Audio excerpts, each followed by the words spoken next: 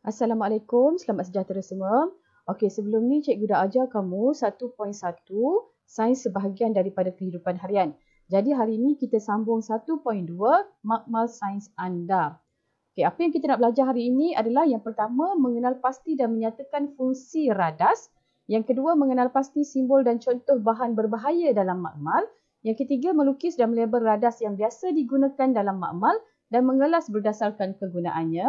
Dan yang keempat, mewajarkan peraturan dan langkah keselamatan dalam makmal.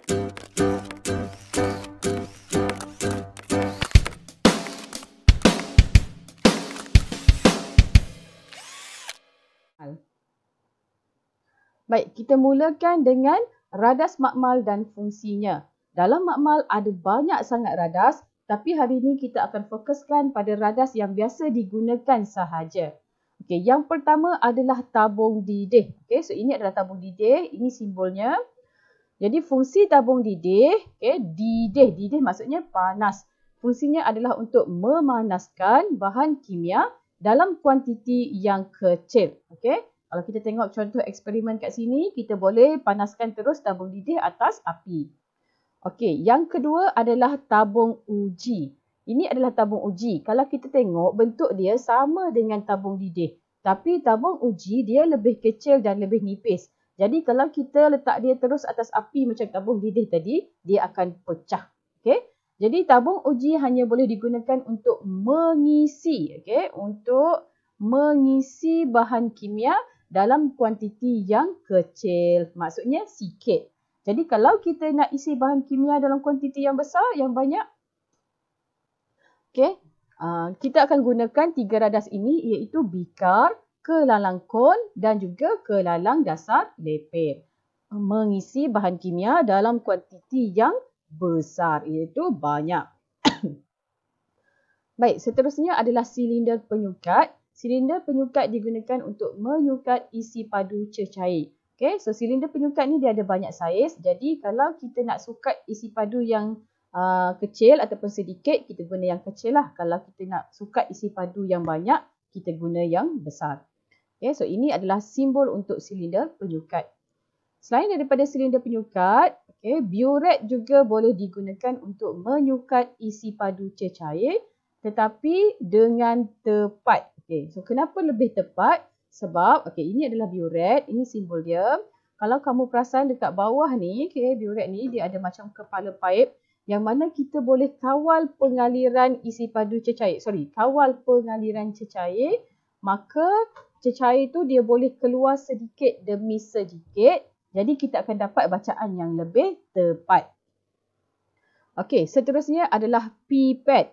Sama juga untuk menyukat isi padu cecair tetapi yang tetap. Okay? Tetap maksud dia sama, malar, tak berubah. Okay.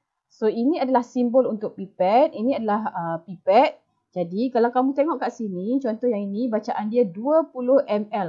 Jadi bila kita sukat isi padu cecair, kita akan masukkan cecair sampai penanda ini. Okay? Bila sampai sahaja penanda itu, maksudnya itu adalah 20 ml. Okay. Contoh kalau kita gunakan yang 5 ml. Bila sampai saja pada bahagian penanda ini, maka itu adalah bacaan 5 ml. Dia tak ada skala sukatan yang lain. Okay, sebab itu kita kata pipet menyukat isi padu cecair yang tetap. Okey, seterusnya adalah penunuban sen digunakan untuk pembakaran atau pemanasan. Dan untuk proses pemanasan, okay, yang kita akan gunakan adalah tungku kaki 3. Okay. Ini adalah simbol dia. Iaitu untuk menyokong radas semasa pemanasan. Okay, maksudnya apa-apa radas nanti, bikar kelalang kon, kita akan letak atas tungku kaki 3. Dan juga kasar dawai. Okay, ini simbol dia. Senang je, pangkah-pangkah je. Okay, kasar dawai membantu menyebarkan haba dengan sekata semasa pemanasan. Okay, katalah semasa kita nak buat pemanasan, kita akan letakkan penunuban sen.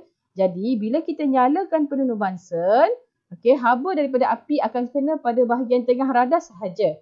Tapi disebabkan kita dah letak kasar dawai ni tadi, maka haba akan disebarkan ke seluruh bahagian radas. Okay. Okey, so ini salah satu contoh cara kita letak radas dekat atas kasar dawai dan juga tungku kaki tiga tadi.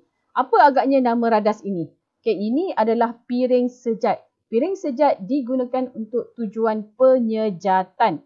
Okey, contohnya ada air garam kita masukkan dalam ni. Bila kita letakkan dia, kita panaskan dia atas atas tungku kaki tiga tadi, maka air akan tersejat naik ke atas. Okey, tersejat jadi wap air, manakala hablo garam akan tertinggal dalam piring sejat. Okey, so ini adalah piring sejat untuk tujuan penyejatan. Seterusnya adalah corong turas. Okey, so ini adalah corong turas. Okey. Corong turas digunakan untuk menuras atau menapis pepejal tidak larut daripada campuran. Okey, contohnya kat dalam ni, okey, kita ada air dengan pasir. Okay, pasir dia tak larut dalam air. Jadi bila kita letakkan kertas turas dalam corong turas, kemudian kita masukkan campuran air dan pasir tadi, air akan mengalir keluar, manakala pasir tertinggal dekat atas. Okay, itu adalah corong turas. Okay, kemudian kamu tengok kat sini, kita ada satu radas yang memegang corong turas ini. Okay, ini radas ni nama dia kaki retort. Okay, so kaki retort tujuan dia adalah untuk memegang atau menyokong sesuatu radas. Okay, yang terakhir ialah tabung gas. Tabung gas digunakan untuk mengumpul gas. Okey, kita dah selesai. Jadi, ini adalah sedikit ulang kaji. Apakah A dan B? A yang besar, B yang kecil. Okey, so A adalah tabung didih dan B adalah tabung uji. Okey, so ini jawapan dia. Baik, seterusnya, manakah antara berikut adalah kelalangkon? Tulis jawapan kamu dekat komen. A atau B atau C. Okey, menyukat isi padu tetap, malar, tak berubah, cecair. Yang mana? Adakah biuret ataupun pipet? Okey, tulis jawapan kamu dekat ruangan komen. Okey, seterusnya kita pergi kepada simbol bahan berbahaya di dalam makmal. Okey. Dalam makmal kita ada gunakan banyak bahan kimia dan pada setiap bahan kimia itu dia akan ada simbol-simbol bahan tersebut. Okay. So, contoh simbol yang pertama adalah pangkah. Pangkah ini adalah bahan merengsa. Okay, merengsa. Bahan kimia yang merengsa boleh menghasilkan wap atau wasap yang dapat memedihkan mata, hidung dan tekak. Okay, contoh dia kloroform. Kalau kamu biasa tengok cerita yang penculikan, dia akan letakkan kloroform dekat sapu tangan, kemudian dia lekap dekat mulut dan hidung mangsa, maka mangsa akan pengsan. Sebab apa? Sebab dia telah menghidu wap ataupun wasap yang memedihkan mata, hidung dan tekak. Okey, so kita kena elakkan daripada menghidu wap atau wasap tersebut dan gunakan bahan kimia tersebut di dalam kebuk wasap. Okey, so ini adalah kebuk wasap. Biasanya terdapat di dalam makmal sains. Okey, contoh dia kloroform, kloroform dan amonia. Tengok dekat kloroform dia dah letak dah tanda. Okey, yang kedua adalah bahan radioaktif. Ni simbol dia macam kipas macam ni. Okey. So bahan radioaktif, kalau kita terdedah kepada bahan radioaktif, maka kita akan mendapat kanser. Kenapa? Sebab bahan radioaktif mengeluarkan sinaran radioaktif yang dapat menyebabkan kanser. Okay, so contoh dia uranium dan plutonium yang digunakan untuk membuat tenaga nuklear. Okey, simbol yang ketiga adalah simbol bahan mengakis. Okey, bahan mengakis, jangan sentuh bahan ini kerana ia akan melecurkan kulit. Jadi kalau nak guna bahan mengakis, kena pakai glove, sarung tangan. Okey, sekiranya terkena pada kulit, cepat-cepat cuci bahagian tersebut dengan air yang banyak. Okey, contoh dia adalah asid pekat dan alkali pekat. Okey, so ini pada gambar asid pekat dia ada tunjukkan simbol mengakis. Okey, seterusnya adalah bahan beracun. Okey, bahan beracun simbol dia macam tengkorak macam ni. Okey. Bahan kimia ini beracun atau toksik. Jangan minum, makan, menghidu atau merasa bahan ini. Okay, contoh dia merkuri. Okay, merkuri ni yang ada dalam termometer tu kan. Dan dalam sesetengah alat kosmetik pun ada merkuri. Sebenarnya bahaya. Dan klorin. Okay, simbol yang seterusnya adalah dia macam gambar meletup macam ni kan. So ini adalah simbol bahan mudah meletup. Jadi kita kena gunakan bahan ini mengikut arahan dengan cermat. Contoh dia gas hidrogen dan gas butana. Gas butana ni yang biasa orang bawa ke perkhemahan. Dapur gas yang kecil tu kan. Dapur gas yang kecil dia gunakan tong gas ataupun botol gas yang kecil ini. Okay, so dalam ni adalah gas butana mudah meletup. Jadi kena jauhkan daripada, kena guna dengan cermat. Okay, seterusnya gambar api macam ni. Okay, gambar api macam ni, ini adalah bahan mudah terbakar. Okay, bahan yang mudah menguap dan terbakar. Jauhkan bahan ini daripada sumber api atau haba. Guna bahan ini mengikut arahan dengan cermat. Okay, contoh dia adalah alkohol dan petrol. Contoh ini alkohol ni dia dah ada dah simbol dia kat sini.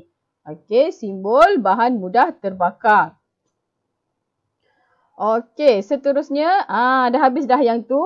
Jadi pada bahan kimia ini ada dua simbol. Okay, simbol api dengan simbol pangkah. Jadi siapa ingat lagi apakah simbol api ni maksudnya bahan jenis apa? Yang pangkah ini bahan jenis apa? So yang api ini adalah bahan mudah terbakar. Dan yang pangkah ini adalah bahan merengsa. Okey, seterusnya kita pergi kepada yang terakhir. Peraturan dan langkah keselamatan di dalam makmal. Okey, peraturan makmal. Apabila kamu sampai ke makmal, beratur dahulu. Jangan masuk ke dalam makmal tanpa kebenaran guru. Okey, bila kamu dah masuk, jangan mulakan eksperimen sebelum diarahkan oleh guru. Okey, kamu kena baca arahan dan fahami arahan eksperimen terlebih dahulu, baru kita boleh buat eksperimen. Okey, seterusnya, bila kita dah boleh buat eksperimen, kita dah mula buat eksperimen, pastikan kamu gunakan semua bahan kimia dan peralatan dengan betul dan cermat, dan pastikan tempat menjalankan eksperimen itu sentiasa kemas dan bersih. Bila dah selesai buat eksperimen, kembalikan peralatan dan bahan kimia ke tempat simpanan yang asal jika dialihkan. Kemudian cuci semua peralatan dan buang bahan buangan mengikut kaedah yang betul. Serta ingat cuci tangan dengan air dan sabun sebelum meninggalkan makmal. Okey, tambahan lagi, kamu dilarang minum, makan dan bermain-main di dalam makmal. Tak boleh nak berlari ke, bergurau ke, tak boleh. Dilarang mengeluarkan peralatan dan bahan kimia dari makmal. Okey, langkah keselamatan dalam makmal. Okey, bila kamu buat eksperimen, jangan sesekali kamu halakan hujung tabung uji ke arah diri sendiri ataupun orang lain. Okey, yang kedua, gunakan cermin mata pelindung ketika mencampurkan atau memanaskan bahan kimia. Kita tak nak dia terpercik masuk ke mata kita. Okey, yang ketiga, jangan sesekali merasa atau menghidu bau kecuali dibenarkan oleh guru. Dan yang keempat, jauhkan bahan kimia yang mudah terbakar daripada sumber api. Okey, apa tindakan yang perlu diambil sekiranya berlaku kemalangan?